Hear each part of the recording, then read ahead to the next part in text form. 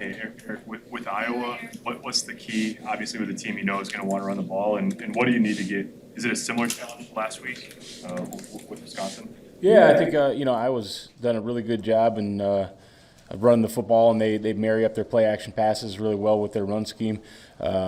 Just like Wisconsin, I think they're an ascending group on offense. Obviously, it's gonna we got to tackle better. That's no secret. I thought probably last game we did not tackle well as a group. I thought we attacked some run fits probably a little too fast, and that's on me. I had those guys wired up to really go hit those run fits and try to make that thing real small. Everybody watched the football game, some of those runs got bounced around a little bit in the backfield and popped loose on us, which was very unfortunate. But I think some of that's definitely on me, not on the kids. But when we're playing a game like this, obviously the guys up front got to do a really good job. They got to take this game over for us, and then I think as a group we got to tackle the ball carrier better. We got to leverage the ball better, and we got to do a better job of getting the guy on the ground. I know you don't like to make excuses, but how much did it impact you not really having Damian much, not having Williams, not having JoJo?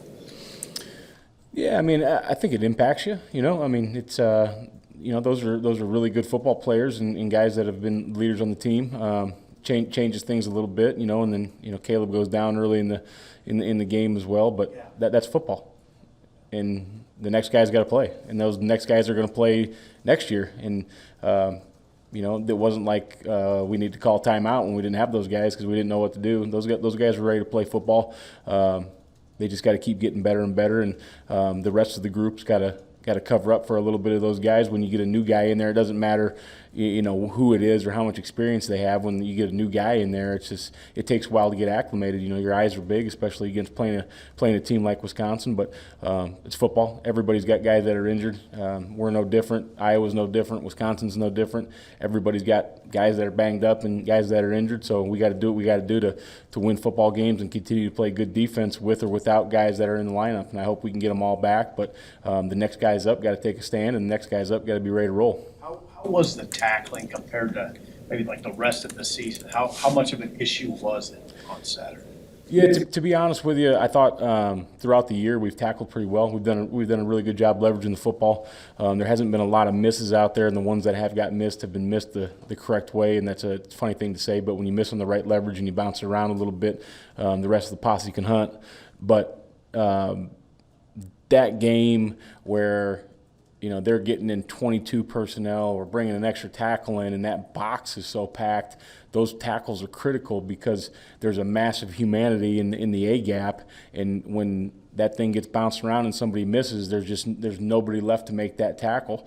So I don't think it was like, oh my gosh, we weren't tackling anybody, but a couple of those ones that got missed just became intensely magnified because of the kind of game we were in.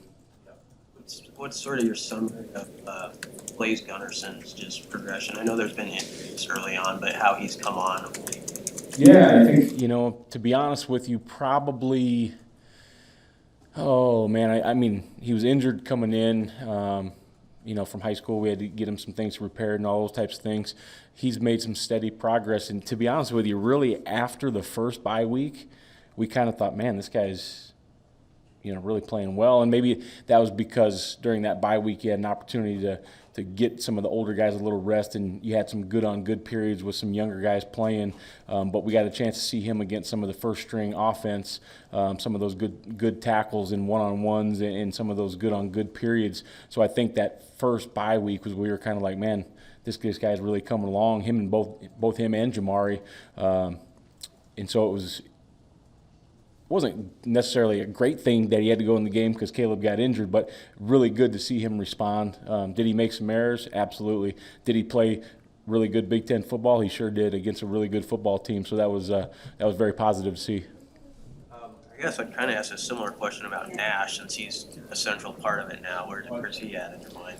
Yeah, I think Nash is probably a little different than Blaze. I think Nash we kind of saw a little bit earlier that he was coming along really well, and he's got some very meaningful reps against Cam Jurgens, which is always a good barometer to see where those guys are at. But he just had Damian Daniels has played such good football, and some of those other guys he hasn't had a chance to get in as many games. But Nash is really coming along well too. How do you envision, how do you think you'll process senior day this Friday, Erik, when there's so many guys that you're not sure if they're coming back, if this is goodbye? What's that going to be like? Yeah, I don't anticipate many guys will walk on senior day that are going to come back, if that makes sense. There may be a couple guys, and I know they're all talking with Coach Frost, there may be a couple guys that aren't 100% sure, but I think most guys at this juncture are either walking and leaving or not walking and coming back, but there's always a couple out there. I think every senior day's mixed emotions, really cool for me to see them and their parents, and very emotional day, very sad to see them go. Probably for a lot of these guys, I wish we had them back another year, but they're going to start on the next leg of their life, whether that be Sunday football or the professional journey. But very mixed emotions on senior day always, and it's been a special group to me just because this group was kind of some of the ones that started, even though we had some seniors, and I remember a lot of those guys, the mixed Oltenbergs and the Davis brothers and Giff and all those guys. But this group has kind of grown up in the system a little bit, and it's going to be sad to see these guys go. They've done a lot for this program, and they've really played well this year. Garrett Nelson was really complimentary on Saturday of Caleb Tanner and the growth that he's had over the past year. What does that look like to you maybe over the last 12 to 18 months? Yeah, I don't know if I agree with Garrett. I don't know if it's so much growth in between the white lines. I think it's growth outside the lines. Caleb has become, this year, in my opinion, he has become a really good teammate. He's starting to develop leadership traits. He's taking care of business in the classroom. He's taking care of business off the field. He's just really fun to be around right now. And so I think that Garrett's right. I think there probably has been, there's growth with everybody in between the lines every single year, and Caleb's no different. But that growth outside the white lines for me, for Caleb, has been the fun part to watch.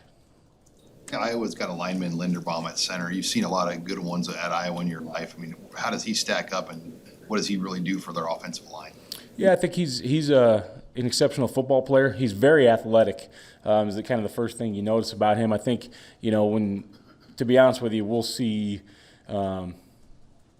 the look we get from Cam Jurgens is very, very accurate, because I find both those guys to be similar in size, and also they're both very, very athletic centers. So I think that look that Cam gives us all year when we do good on good periods is going to be carry over, really well for playing Iowa. But I think that kid's, he's very smart. He makes all the calls. He makes all the checks.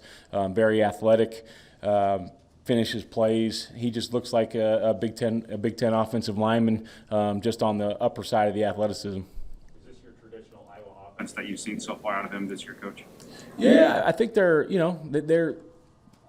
always going to get good at a few run plays. Those run plays might not be the same year to year. I think they kind of tailor that to the personnel they got, whether they have tight ends or fullbacks and what kind of back they have and those types of things. But, that's going to be based off that zone run game, and it's going to stretch you out, and the running backs are going to be really good at cutting that thing back, and they're going to try to, formation and shift and give you a different look at their packages. The thing that we've noticed as of late is they've added some gap schemes into the equation, some counter and some power, some pin and pull. But, this is who they are. They're going to run the ball, and they're going to try to run it right at you, and then they're going to complement you with the play-action passes that marry up to the run plays. And then they also have the ability, with some of their receivers to take a shot downfield. They're very good, double moves, max proing that thing up and trying to let one rip and see if your DBs are getting too nosy in the run fit. So I think they have a very nice pieces all around to build off that run game that they've developed. Does it change much based on who they have in at quarterback? You know what? To be honest with you, it doesn't seem like it changes up much. I think both their quarterbacks have their own different tendencies, but I think that the offense is going to stay pretty stable. So I don't think it matters who's in there. What does this rivalry mean to you? Because obviously your history, and then what would a win mean to the program? Yeah, this rivalry. I think it means everything.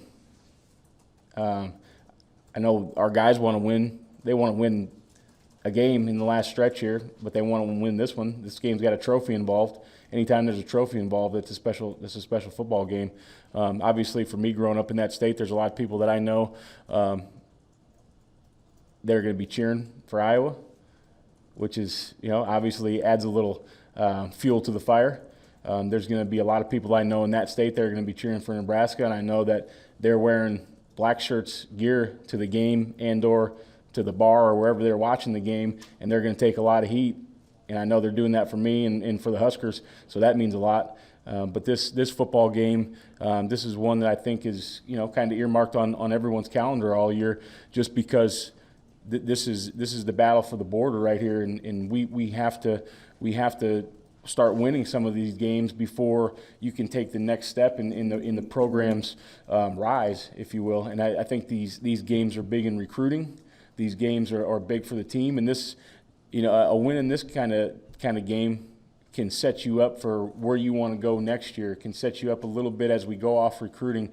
So I think this game is super important, not only about the rivalry, but also just the aftermath that a win could mean to the program.